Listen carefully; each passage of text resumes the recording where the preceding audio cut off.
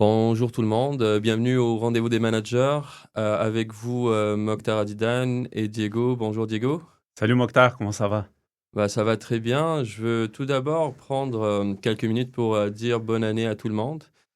Euh, Ça se peut que vous écoutiez cet épisode un peu plus tard au mois de janvier, mais c'est notre premier enregistrement pour cette nouvelle année. Donc bonne année à toute l'audience. Bonne année audience.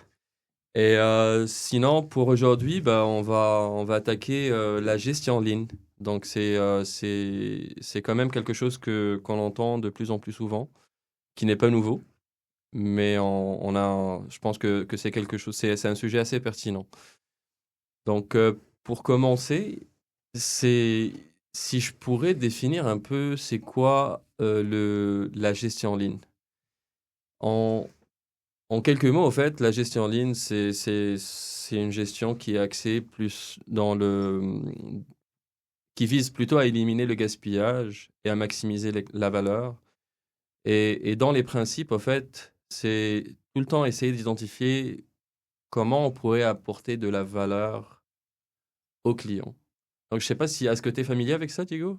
Ouais, en fait, pour l'audience, on a comme pris ce domaine manufacturier, Mhm, toutes les, le domaine du lean manufacturing, Six Sigma, Black Sigma, et c'est adapté pour les gestionnaires. mhm. Dans le fond, c'est tu regardes ton processus et tu essaies d'optimiser, comme tu as dit, minimiser le gaspillage qui peut être la perte de temps, Ouais, trop de ressources qui travaillent sur un projet. ouais, Un autre exemple aussi, tu regardes quelle technologie peut faire le travail 2 fois plus vite. exact. C'est des choses pour Le la mouvement gestion, aussi. n'est-ce pas? Donc, Le mouvement aussi, c'est une source de gaspillage. En fait, oui, il y a ouais, huit sources de gaspillage au total. Ils appellent ça les 8 mudas. Donc, c'est quand même. Donc, au final, en fait, le principe, si on parle de ligne, c'est identifier la valeur d'un point de vue client, essayer d'éliminer le gaspillage, euh, assurer, en fait, une fluidité des opérations dans le sens où, au lieu d'avoir un flux où on pousse, c'est plus un flux tiré. C'est pour éviter, au fait, d'avoir du stock. Parce que le stock, c'est une forme de gaspillage, au fait. ouais, Euh, et au final, c'est au fait rechercher l'excellence opérationnelle en amenant tout le temps, en essayant tout le temps de s'améliorer jour après jour et éviter le statu quo. Donc, ouais. si on parle des principes clés du Lean, c'est un peu ça. Euh, Maintenant, tu sais, il y a plusieurs certifications. Il y a plusieurs certifications que les gestionnaires font. Une des certifications les plus connues, c'est comme tu viens de parler, c'est le Lean Six Sigma. Après, il y a plusieurs niveaux. Ça Mhm. peut aller du Les white, ceintures. les ceintures. Mhm. La plus basique, c'est la blanche. Après, la jaune. Après, la verte. Après, la black, la noire. Et après, tu as Master Black Belt. Et dépendamment du niveau d'apprentissage que tu veux avoir, en fait, Ouais, est-ce que il faut graduer les échelons petit à petit. Mais généralement, si tu veux avoir une bonne connaissance des outils comme gestionnaire, si tu veux aussi tester ces outils-là dans un projet concret, la verte fera l'affaire. ouais. Et aussi, je pense que pour un gestionnaire, genre, peu importe le domaine, domaine de la santé, domaine technologie, manufacturier, des services, fabrication, etc., Mhm, tu n'es pas nécessairement obligé d'avoir ce genre de certification extrême. mhm. C'est juste le concept et les méthodologies du lean thinking. Et ça, tu peux extrapoler dans n'importe quelle industrie et Ouais, savoir, OK, ça, c'est mon processus, ça, c'est les étapes. Où est-ce que je perds la valeur? Où est-ce que je perds du temps? Comment je peux améliorer l'efficacité et l'efficience de mes activités? exact. Et je pense que l'une des méthodologies les plus connues, je pense, c'est la DMAIC, DMAIC. Euh, et dernièrement, en fait, ils ont ajouté un R avant le D, là. C'est le R, c'est tu réalises que tu Tu as un réalises, problème. ouais, Exactement. exact. Ouais. Tu réalises que tu as un problème, après tu définis ton problème. Le D, c'est pour définir. Le M, c'est pour mesurer. Tu Ouais. commences tes étapes de mesure. Après le A, c'est pour analyser tout ce que tu as mesuré et essayer de trouver une solution Oui, qui va pallier. Après le I, c'est pour improve ou ouais. implémenter ta solution. Et le C, c'est pour la contrôler, au fait, pour voir, au fait, ta solution implémentée, est-ce qu'elle perdure au fil du temps ou pas? Oui. Et tu sais, les 2 premières étapes, souvent les gens vont automatiquement assumer: «Ah, c'est ça mon problème». Exact. Ils définissent assez rapidement, mais c'est un symptôme du problème. Oui. Ils Oui. disent: «Ah, la livraison est en retard. OK, il faut améliorer les délais de livraison». Mais pourquoi ta livraison chez tes clients, ton produit, ton service est en retard? Peut-être qu'il y a d'autres choses qui sont en train de causer ça. Mhm, mhm.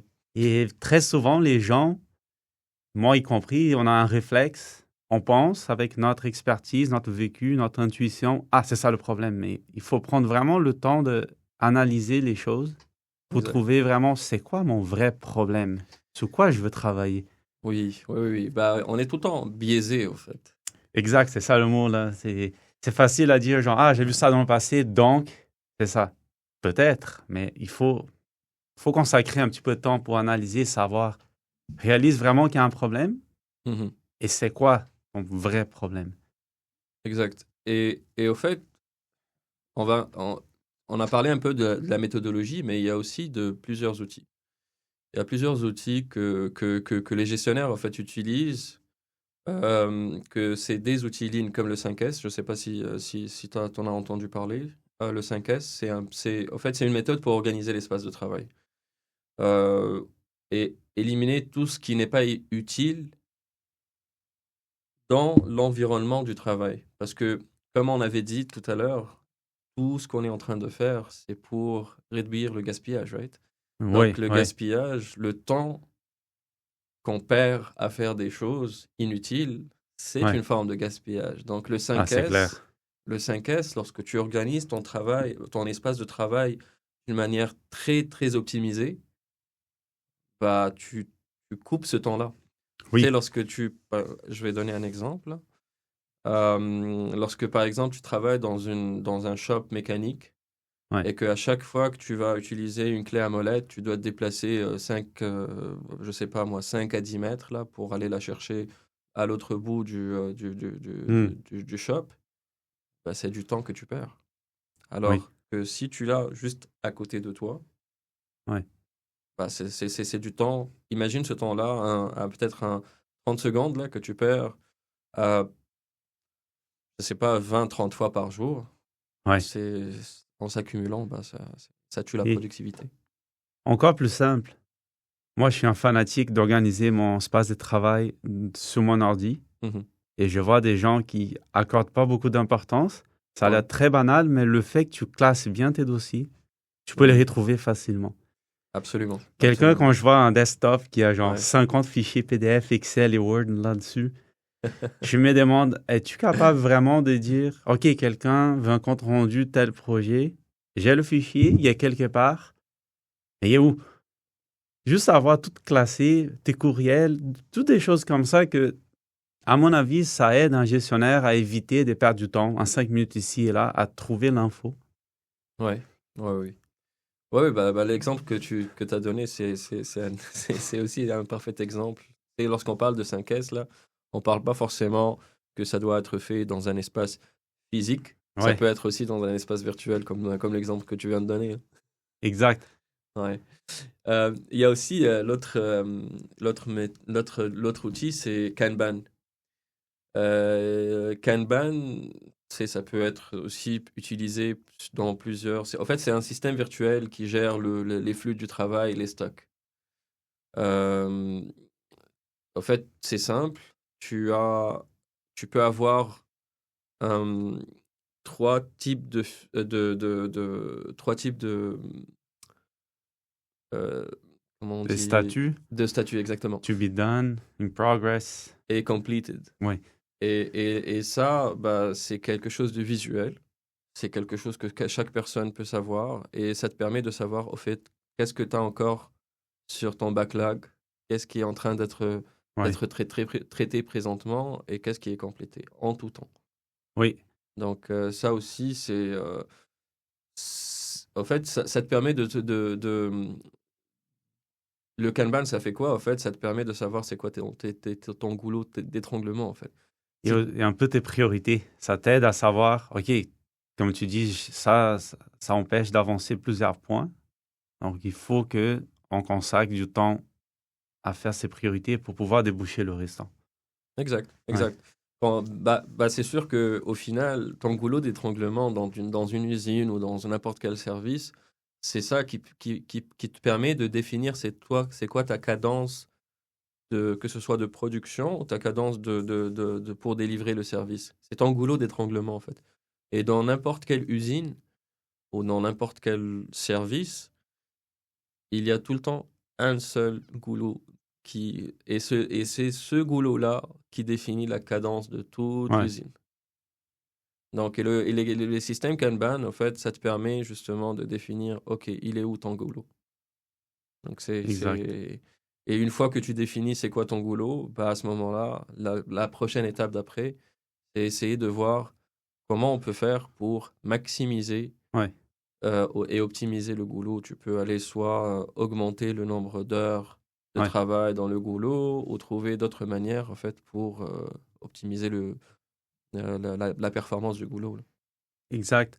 Et tu sais, j'avais vu aussi sur les réseaux sociaux, tu sais, le diagramme des Pareto. Mhm. On applique souvent ça pour le manufacturing aussi. On dit que 20% de tes efforts vont contribuer à 80% des effets. Ouais, Pour un gestionnaire, on a parlé de l'autre épisode, la gestion du temps, ça c'est primordial. Tu peux décider, OK, j'ai plusieurs choses à faire, ouais. mais laquelle va avoir le plus d'impact? Mhm. Et ça te permet assez rapidement de savoir c'est quoi qui est urgent, qui nécessite ton attention, qui va régler 80% des problèmes. Donc tu fais ça en Ouais, premier et après tu fais les autres qui vont avoir moins de valeur ajoutée. ouais, oui, oui. Ouais, absolument. C'est, ça te permet de prioriser le Pareto, en fait, c'est une méthode qui est, euh, je l'ai vu plein de fois être utilisée dans l'étape de mesure, là. Tu sais, Ouais, et l'étape d'analyse, pardon. Tu sais, lorsqu'on parle, on a parlé de la méthodologie des MAIC, là. Euh, le Pareto, il est utilisé par excellence dans l'étape d'analyse pour savoir, OK, tu as tels paramètres qui peuvent potentiellement impacter ton problème. Après, par rapport à toutes les mesures que tu as faites, lesquelles impactent le plus? Parce que tu peux pas travailler, si tu as une dizaine de paramètres, là, tu peux pas régler tous les problèmes en one shot, là. ouais, Tu dois juste travailler sur ceux qui te donnent les meilleurs résultats. Et le Pareto, c'est un parfait outil pour utiliser ça. exact. Parce que je pense que c'est très facile quand un gestionnaire il tombe dans un mode, il essaye d'éteindre tous les feux qui sont présents, Mhm. mais à un certain moment, il faut faire des choix. Il Ouais, faut que tu fasses des choix sur quoi qui va donner le plus de résultats de façon assez plus prononcée. Et c'est ça que tu dois attaquer en premier. absolument. Et c'est une façon aussi de savoir c'est quoi que tu peux déléguer. Tu sais. Ouais, ouais, Il ouais. dit les autres, je peux déléguer. Mais ça, il faut vraiment qu'on intervienne ou tu mobilises ton équipe à réaliser cette tâche qui va corriger 80% des effets. Exact. Et je pense que le but de l'amélioration continue, en fait, et lorsqu'on travaille sur un projet, c'est pas régler tous les problèmes one shot, là. C'est régler les problèmes qui vont te donner le meilleur résultat. Oui, Mais après, c'est pour ça que ça s'appelle amélioration continue. Une ça fois que tu s'arrête règles ce pas. problème-là, après, tu vas Mhm. aller, OK, tu vas refaire un autre projet. Et là, ton Pareto et ta mesure vont te sortir les autres problèmes. Et donc, Ouais, du coup, tu travailles sur cela. exact. C'est fascinant, c'est motivant, mais ça peut facilement décourager certaines personnes où ils vont dire, écoute, on a atteint le max, on peut plus Mhm. s'améliorer. C'est pas vrai. C'est pas vrai, Il y a c'est pas vrai. toujours de la place à mieux faire, à mieux exécuter, à moins gaspiller. Ah oui. Et je pense aussi qu'une fois que tu instaures cette culture à l'intérieur de ton entreprise, ton équipe, tout le monde va automatiquement s'automotiver Mhm. parce ils vont avoir le goût. Est-ce que je peux faire mieux encore? Est-ce que je peux trouver une meilleure façon de faire cette tâche?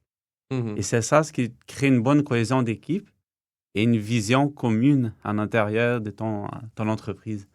Absolument, absolument. Euh, il y a d'autres, tu sais, il y a d'autres outils que je voulais aborder aussi. Il y a le Kaizen. Tu sais, c'est un outil qu'on entend souvent.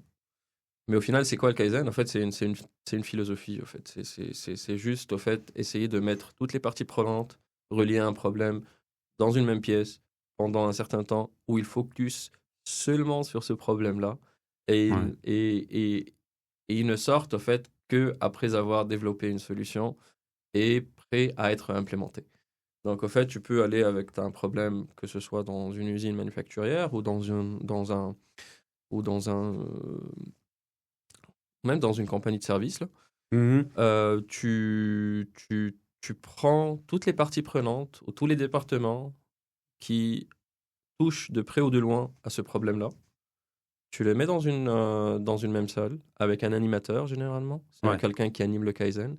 Et lui, au fait, ce qu'il va essayer de faire, c'est il va essayer de les faire passer à travers euh, une série d'exercices pour qu'ils arrivent à déterminer, OK, c'est quoi les causes potentielles du problème, c'est quoi, comment on peut travailler, c'est quoi les solutions pour les ouais, différentes causes, et on se met d'accord pour les implémenter. Et ce que ça fait, au fait, c'est que ça crée comme on est vraiment, tout le monde est impliqué. Tout le ouais. monde est impliqué, tout le monde participe à la solution et tout le monde sort de l'exercice prêt à implémenter la solution. Oui, Donc c'est vraiment un très très bon exercice. Après, j'avoue que c'est quand même, tu peux pas le faire pour tout parce que ça mobilise des gens. Ça mobilise des gens pendant plusieurs jours. ouais.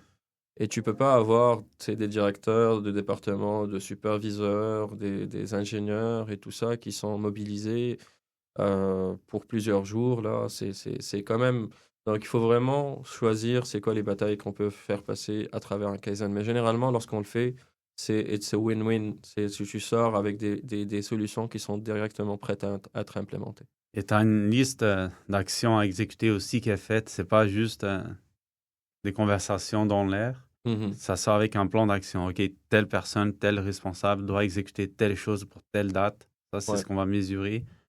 Donc, si tu sors avec un plan, le seul défi avec tout ça, c'est qu'il faut avoir de bonnes compétences en dialogue. Un Ouais. dialogue, tu dois supprimer tes assumptions Ouais. et écouter attentivement l'opinion de l'autre. Et ça, c'est très simple à dire, mais tout le monde, quand tu vois une chose d'une façon, tu as toujours la tendance à vouloir défendre ton point de vue. Et quand la personne est en train de parler, tu as déjà une contre-réponse dans ta tête. Alors que tu Mhm. supprimes même pas tes assumptions pour dire, OK, il y a un point de vue différent. Laisse-moi comprendre sur quoi il se base, pourquoi il est arrivé à cette conclusion. Peut-être que je me trompe. Mhm. Oui, oui, oui. Et le livre qui Ouais. disait, ça disait ça, genre, c'est un dialogue, il y a très peu de gens qui savent dialoguer. C'est ça le C'est dialogue. vrai. C'est d'être prêt à Et- confronter ton corps le plus solide que tu penses que les choses fonctionnent. ouais. L'écoute active, c'est Ouais, ça. Mais je pense que aussi avoir quelqu'un un modérateur, ouais, un animateur pour le Kaizen, c'est pour ça que ça aide parce que il voit, au fait, il est quelqu'un d'externe, généralement, ouais, et il dirige les conversations de manière à ce que il y a pas, on n'entre pas dans des débats infinis, mais on est plus orienté solution, en fait. exact. Ouais. Et tout le monde est aligné vers le même objectif. Donc, il ne Mhm. devrait pas avoir genre, non, mon département ne va pas vous suivre. On est tous dans le Mhm. même bateau. Ouais, ouais, ouais. Euh, tu sais, il y a vraiment beaucoup, beaucoup d'outils là, mais je vais en parler d'un dernier là, c'est le SMED. c'est Single Minute Exchange of Dies. Au fait, c'est une méthodologie ou un exercice qui est fait afin de réduire les changements, le temps de changement. Le temps de changement lorsqu'on fait un setup sur des machines, lorsque... Et le OK. parfait exemple, au fait, qui a tout le temps été répété, au fait, c'est que... je ne sais pas si tu es un fan de Formule 1, mais avant, il y a peut-être une trentaine d'années, là, lorsqu'une une voiture de Formule 1 s'arrête au stand, ça dure 1 minute là, pour changer les pneus, pour changer... Alors que là, présentement, en 2022, c'est moins que 2 secondes. Là. Moins que 2 secondes. Moins que 2 secondes. Et ça, Incroyable. c'est essayer, au fait, le SMED, c'est quoi? C'est essayer de voir tout ce qui peut être, lors d'un changement, tout ce qui peut être préparé et fait sans que on avance, en fait, pour continuer le flux sans interruption. Et donc, en fait, avant, juste pour rester dans cet exemple-là de Formule 1, avant, il y avait 4 personnes. C'est lorsque la voiture s'arrête, chaque personne est en train de changer les roues. Là, présentement, lorsque tu vois une voiture de Formule 1 s'arrêter, là, tu as pratiquement une dizaine de personnes là, autour de la 4 personnes voiture. par roue. C'est ça. Et tac, tac, tac. Ça prend même pas 2 secondes. Donc, cet exercice-là, en fait, ça sert à séparer les tâches internes Ouais, nécessitant l'arrêt de la machine et les tâches externes, ceux qui peuvent être réalisées et préparées en amont. ouais, ouais. Et donc, tout Intéressant ça. le but, c'est de réduire au maximum le temps d'arrêt, en fait. Donc, Très intéressant. Pour la maintenance préventive aussi, j'imagine que ça peut aider. bah oui, généralement, c'est pour les setups. Et on est en plein dedans, en fait, présentement, là où je travaille, là, on est en train de faire des exercices de SMED, justement pour réduire les temps d'arrêt. Et tu vois que c'est dans un premier temps, là, des arrêts qui durent 3 heures. Présentement, on est en train de les faire descendre à 45 minutes. Ouais, Ça se peut que tu aies à engager d'autres personnes, ouais, à augmenter ton budget salarial. ouais. Mais au final, le gain que tu as parce que la ligne est en train de rouler, il dépasse de loin le salaire de l'employé que tu ajoutes. Ah, en effet. Écoute, si je mets ça qu'on parle maintenant, c'est très beau toute cette histoire du lean Mhm. thinking. Ce serait quoi les défis pour un gestionnaire d'implémenter ça au sein de son équipe, son entreprise? J'en ai identifié 3.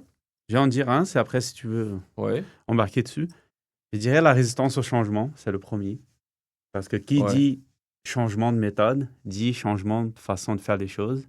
Et Mhm. même si tu expliques que c'est pour rendre les choses plus efficaces, Mhm. plus vite, plus efficientes, il va toujours avoir des gens qui vont pas aimer le fait que, dorénavant, il faut que je fasse un tableau Kanban. Il faut que je tienne attention de ça, que je fasse un Pareto. C'est des changements de méthode de travail. Donc, je pense Absolument. que c'est de renforcer l'implication de tout le monde dans ton équipe pour qu'ils se sentent, OK, je contribue à ça et qu'ils comprennent le pourquoi que tu fais ça. Mhm. Si ces deux sont faits, selon moi, la résistance sera la moindre parce que les gens vont voir, OK, on perd 30 minutes par jour de notre travail parce qu'on ne fait pas les choses de la bonne façon. En faisant de cette manière, on va gagner du temps, on va pouvoir être moins loadé chaque semaine et on peut partir plutôt le vendredi, disons. Tu dis des exemples banals comme ça, les gens vont oh, ça fait de sens. Je suis plus obligé de rester jusqu'à 5 heures le vendredi parce que j'ai pas eu le temps de finir toutes mes choses, alors qu'en faisant Mhm. ça, j'aurai le temps. Ouais. Bah, la résistance au changement, oui, je te l'accorde. Là. C'est quelque chose c'est parce que les employés, généralement, sont sceptiques. Ouais, Et l'autre chose aussi, c'est parce que ils se disent, on va avoir un travail de plus à faire et tout ça. Comment pallier à ça? 2 choses. Je pense que une des choses ce que tu viens de mentionner, c'est les impliquer dès le début. Et je pense que c'est pour ça, dans les projets d'amélioration continue, c'est la partie définir où tu définis ton problème, où tu fais ta charte de projet, où tu fais tes parties prenantes, c'est quelque chose d'important à faire.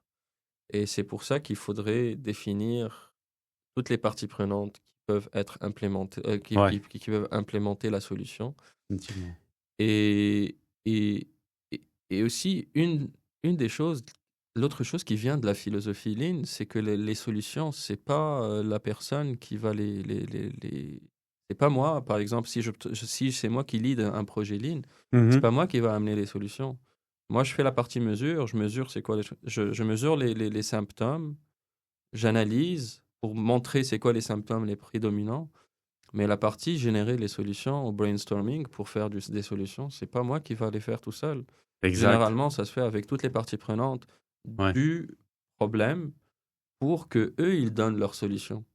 exactement. Et Ouais. c'est pour ça que plus tu impliques des gens, plus tu auras moins de résistance. L'autre chose aussi, qui est très très importante, c'est la formation. Tu sais, Mhm. tu peux pas demander à quelqu'un de croire à toutes à ce que le lean va donner comme résultat si il n'a jamais été formé sur le lean, s'il ne sait pas c'est quoi ses méthodes, s'il n'a pas vu d'exemples concrets Ouais, où le lean est exercé et où il a donné des résultats. Et je pense que lors des formations, que ce soit green belt, yellow belt, ou même la blanche, là, dans certains cas, ils font des exercices ouais, durant la formation qui te montrent, en fait, que, OK, ça, c'est étape, l'avant, et ça, c'est l'après. Après réorganisation des tâches, regarde le temps que tu t'arrives à gagner. ouais, Et donc, c'est pour ça qu'il faut investir, je pense, sur nos employés. Il faudrait ouais, qu'ils sachent c'est quoi, qu'est-ce qu'on veut dire par lean manufacturing, qu'est-ce qu'on veut ouais, dire par, c'est quoi les outils, et qu'ils passent à travers des exercices concrets où ils voient vraiment ouais, l'impact de ça. ouais. Donc, je pense que si on veut pallier aux résistances au changement, il faut travailler sur ces deux aspects-là. Exact. Comme le pionnier de tout ça, c'était Toyota. Mhm. Et jusqu'à aujourd'hui, c'est la référence. Et comment ils font la gestion de tout ça? Les employés n'ont pas à remettre des prix, des mesures et donner ça aux cadres. Et c'est les cadres qui prennent les décisions. Les employés eux-mêmes, ils mesurent, ils s'autocorrigent, ils font les améliorations continues qu'ils voient qui sont les plus appropriées Mhm. sans que le cadre doit intervenir.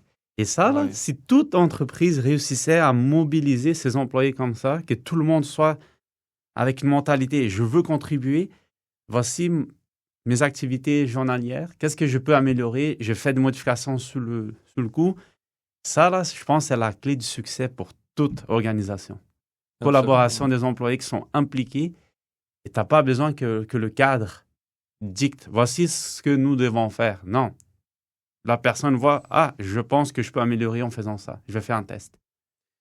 C'est intéressant ce que tu dis parce que c'est vraiment, c'est les principes, c'est un des principes du Lean, là, c'est que euh, toutes les initiatives, c'est Ouais, bottom to top, c'est pas top exact. to bottom. Et on est tous habitués top to bottom. Ouais, Depuis je ne sais pas quand, mais je pense qu'on est en train de changer tranquillement. En ouais, 2025, il y a des entreprises de plus en plus, mais on a du boulot encore. ouais, ouais, C'est, c'est très commun qu'ils disent, ah, l'autre est mieux payé que moi, c'est à lui de caler les shots. Mais ouais. Mais tu sais, c'est ce que j'essaie d'inculquer à mes équipes, là, c'est que, au fait, comme gestionnaire, moi, ce que je veux, ce que je m'attends, c'est essayer de vous donner c'est quoi mes attentes, c'est donner des objectifs, mhm, mais après, comment arriver à ces objectifs-là? Faudrait voir avec vos équipes. ouais, C'est eux qui vont vous permettre d'arriver à ces objectifs. C'est pas vous de donner des solutions pour arriver à des objectifs. C'est comme ça, c'est parce que il faut initier cette méthodologie, cette mhm. manière-là de travailler, parce que sinon, Ah, c'est clair. un gestionnaire, là, si tu vas amener toutes les solutions, déjà que tu vas être confronté à une résistance, là, au changement, en plus de ça, tu peux pas réfléchir à tout, tu peux pas être en top de tout et avoir des solutions à tout.